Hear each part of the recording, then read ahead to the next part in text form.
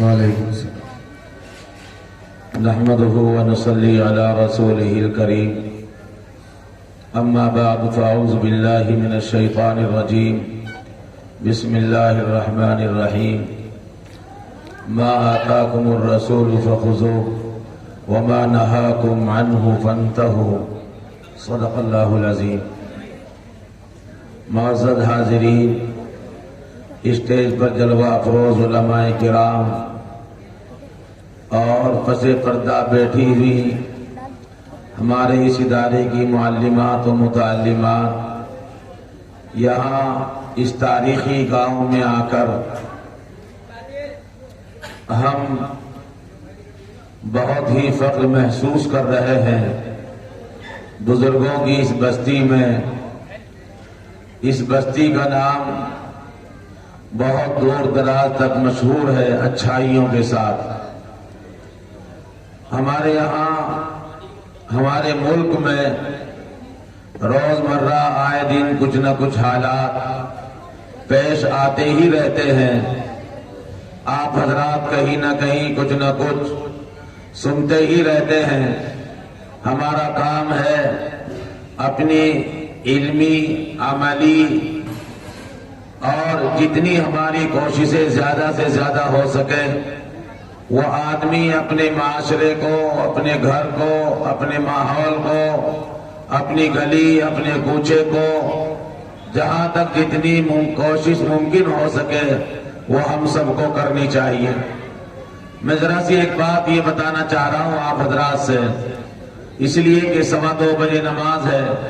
میں بہت ممنون و مشکور ہوں حضرت مولانا قاری حفظ الرحمان صاحب مقدس اللہ العالی کا کہ انہوں نے چھوٹوں کی حوصلہ افزائی کے لیے پروگرام کی ترتیب کو بدل کر حقیر کو اس وقت بیٹھنے کا موقع عنایت فرمایا.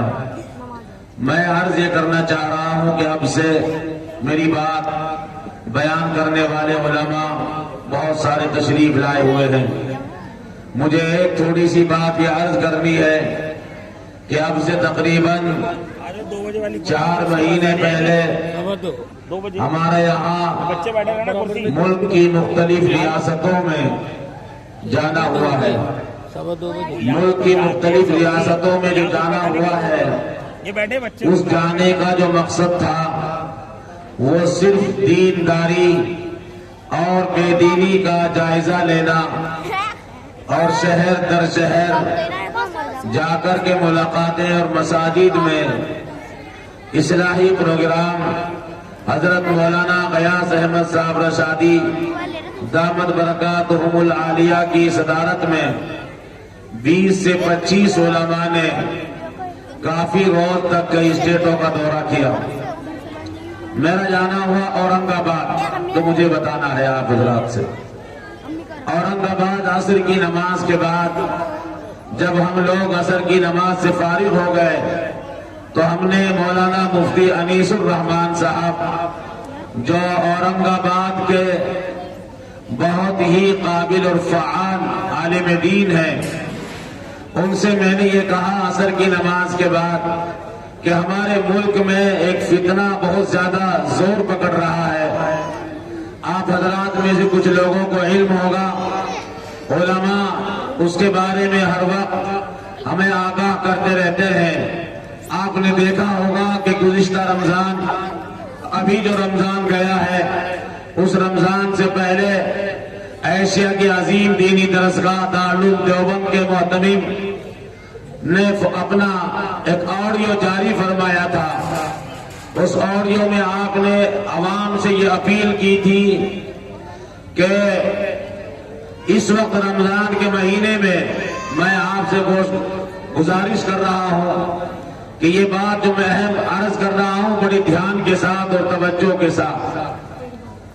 حضرت محتمم صاحب مقدس اللہ العالی نے اپنا آڈیو جاری فرمایا اور اس آڈیو میں یہ درخواست کی تھی کہ رمضان کا مہینہ آ رہا ہے، اس رمضان کے مہینے میں مساجد میں لوگ اعتکاف میں بیٹھتے ہیں. آپ اپنی مسجد میں کسی اجنبی آدمی کو اعتکاف میں بیٹھنے کی جگہ نہ دیں. جس کو آپ جانتے ہیں، آپ اسی کو دیکھیں محلے کا کوئی آدمی ہو۔ میں نے کیرانے کے اطراف میں رمضان ابھی تقریباً 2-3 مہینے پہلے بہت سارے گاؤں کا سفر کیا اور اکثر مساجد میں جا کر اپنی اس کڑھن کو اور فکر کو رکھا، تو میں نے اطراف میں 2 آدمی مجھے ایسے ملے، ہمارے اطراف کی بات کر رہا ہوں، کہ جو جماعت میں آئے تھے اور وقت لگا کر چلے گئے۔ کسی کوئی 4 مہینے کی جماعت میں تھا، کوئی چلے کی جماعت میں تھا، جماعت کی واپسی ہو گئی۔ جماعت میں آنے والے لوگوں کے تعلقات مسجد وار جماعت کے کسی ساتھی یا گاؤں کے کسی ساتھی سے ہو جاتے ہیں۔ جماعت واپس جانے کے بعد کچھ افراد، میں آپ سے بھی یہ ذمہ داری کے ساتھ کہہ کر جانا چاہتا ہوں کہ اس وقت ملک کے حالات بدل رہے ہیں۔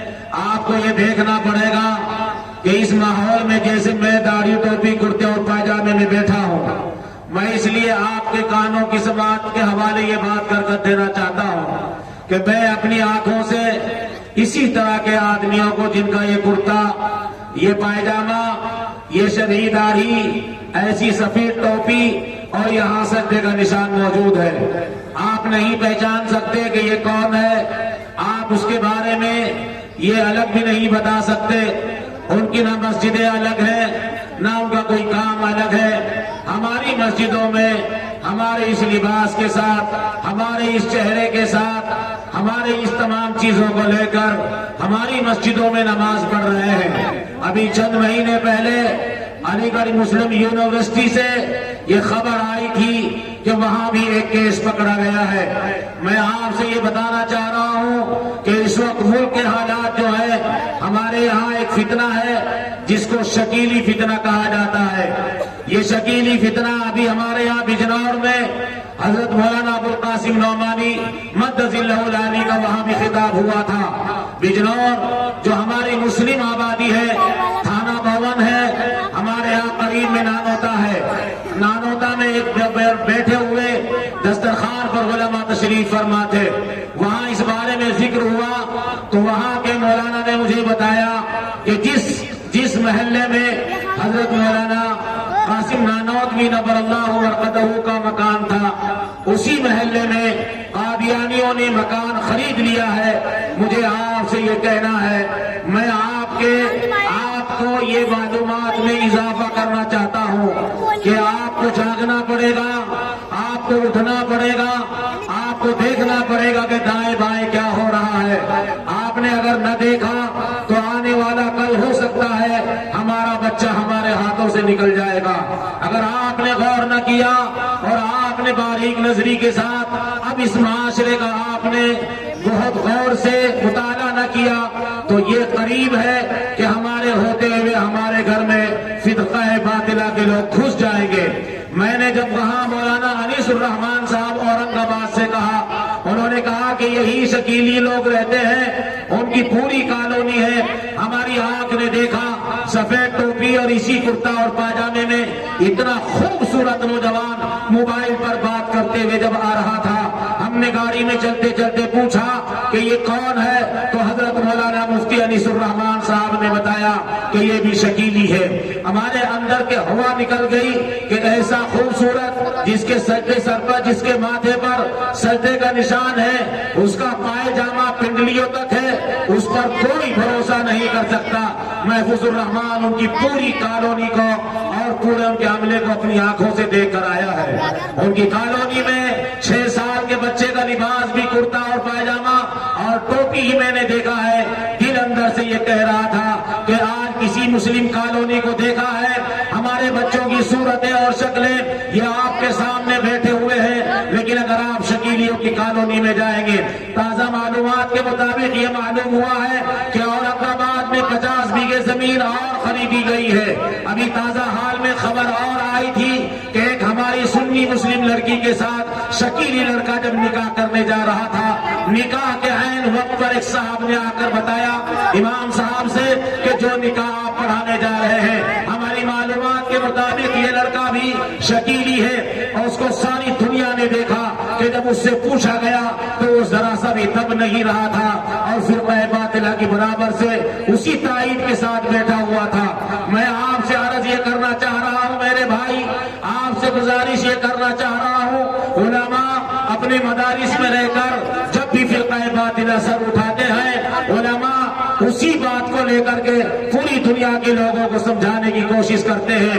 آج کا یہ اجلاس اور آپ یہاں تشریف لائے ہوئے جتنے افراد بیٹھے ہیں، میں ہر جگہ جا کر یہ بات کہتا ہوں، فلت میں بھی یہ بات کہہ کر کے جا رہا ہوں کہ جس گاؤں میں 40 سال سے کوئی ادارہ ہو، ہمیشہ یہ بات کہتا ہوں، پانی اگر موجود ہے پیاسا نہیں مر سکتا، کھانا اگر موجود ہے بھوکا نہیں مر سکتا۔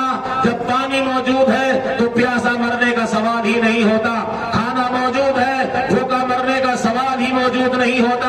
ہمارے پاس اتنے سارے مدارس ہیں، لیکن ابھی بھی ہمارے گاؤں میں، ہماری گلیوں میں، ہمارے محلے میں 90% لوگ ان پڑھ ہیں۔ ابھی تک ایسے لوگ موجود ہیں جن کی نمازیں ٹھیک نہیں ہوئی ہیں، جن کی اتحیات ٹھیک نہیں ہیں، جن کے سجدے ٹھیک نہیں ہیں۔ اگر سروے کر لیا جائے کسی گاؤں کا، باپ سے بڑھ کر، آخری بات آپ سے عرض کر رہا ہوں، باپ سے بڑھ کر بیٹے کے لیے کوئی نہیں ہو سکتا، ماں سے بڑھ کر اولاد کے لیے کوئی نہیں ہو سکتا۔ ماں نے اپنی جان کو جوخم میں ڈال کر ساری زندگی بچے کی تربیت کی ہے، باپ نے کما کما کر بچے کی کوٹھی کو کھڑا کیا ہے، اس کی شادی کا انتظام کیا، اس کے لیے بنگلے اور مکان کا انتظام کیا ہے۔ آج جب موت آئی ہے، اس کا باپ دنیا سے جا رہا ہے، اس کو نہلا دھلا کر جنازے کی چارپائی پر لٹایا ہے۔ امام صاحب اس کے باپ کی نماز جنازہ پڑھائیں گے یا امام صاحب اس کی ماں کی نماز جنازہ پڑھائیں گے؟ اپنے دل پر ہاتھ رکھ کر کے یہ جواب دیں اور خود اپنے دل سے یہ کہیں اور سوچ کر یہاں سے جائیں۔ رات کو اگر آپ کی آنکھیں کھل جائیں، محفوظ الرحمان کے یہ الفاظ جو دلوں کی تختیوں پر لکھے جا رہے ہیں، رات کو اٹھ کر کے سوچنا کہ کوئی سائل آیا تھا، ہم یہاں بھکاری ہیں، عوام سے بھیک مانگنے آئے ہیں، دامن کو پھیلا کر اسلام کے جھنڈے کے نیچے آ جاؤ، اسلام کے دامن کے نیچے کے آدھی نیچے آ جاؤ۔ یہ دنیا ہمارا کچھ نہیں بگاڑ سکتی اگر ہم مومن ہوں۔ قرآن اعلان کرتا ہے وَلَا تَهِنُوا وَلَا تَحْزَنُوا وَأَنْتُمُ الْأَعْلَوْنَ إِن كُنتُم مُؤْمِنِينَ۔ میں عرض یہ کر رہا تھا بھائی کہ ماں اور باپ سے پیارا اس دنیا میں کوئی نہیں ہے۔ آپ اپنے دلوں میں جھانک کر کے دیکھیں، جب ماں دنیا سے جا رہی ہوگی اور باپ دنیا سے جا رہا ہے، جس نے زمین چھوڑی ہے، کاروبار چھوڑا ہے، دکان چھوڑی ہے، ہمارا بینک بیلنس بنایا ہے اور ساری چیزیں چھوڑ کر آج دنیا سے باپ واپس جا رہا ہے۔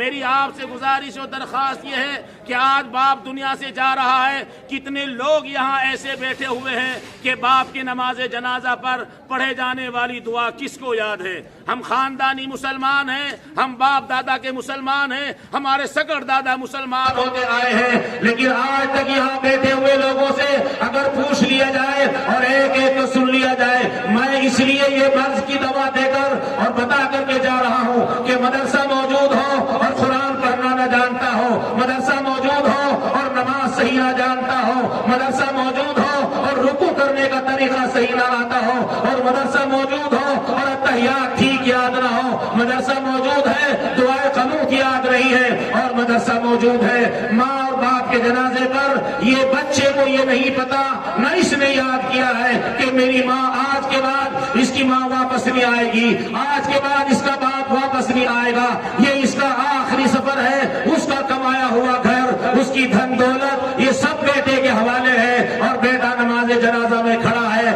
اپنے باپ کی نماز جنازہ پر کھڑے ہو کر اس کے لیے دعا بھی نہیں کر سکتا۔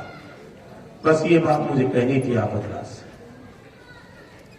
آپ کو یہاں سے اس پروگرام سے کچھ نہ کچھ لے کر جانا ہوگا۔ آپ خالی آئے اور خالی چلے جائیں، ایسا ہرگز نہیں ہو سکتا۔ اس ادارے کو سجانے اور بنانے میں پوری زندگی لگی ہے حضرت مولانا قاری حفظ الرحمان صاحب کی۔ میری آپ حضرات سے گزارش اور درخواست اور التجا یہ ہے کہ آپ یہاں سے لوٹیں گے کسی نہ کسی داعیے کو لے کر، کسی نہ کسی فکر کو لے کر، جن فکروں کے نتیجے میں ادارے کا قیام ہوا ہے، آپ کو بلایا گیا ہے۔ مجھے امید ہے کہ آپ انہی فکروں کے ساتھ شام کی دعا کے بعد یہاں سے تشریف لے جائیں گے۔ اللہ رب العزت والجلال مجھے بھی اور آپ حضرات کو عمل صالح کرنے کی توفیق عطا فرمائے، اور جہاں جہاں سے بھی آپ تشریف لائے ہیں اپنے مسجد کے امام، اپنے گاؤں کے مدرسے میں تشریف لے جا کر تعلیم بالغہ کا انتظام کریں گے۔ اللہ رب العزت والجلال اس ادارے کو دین دوگنی رات چوگنی ترقی عطا فرمائے۔ آمین۔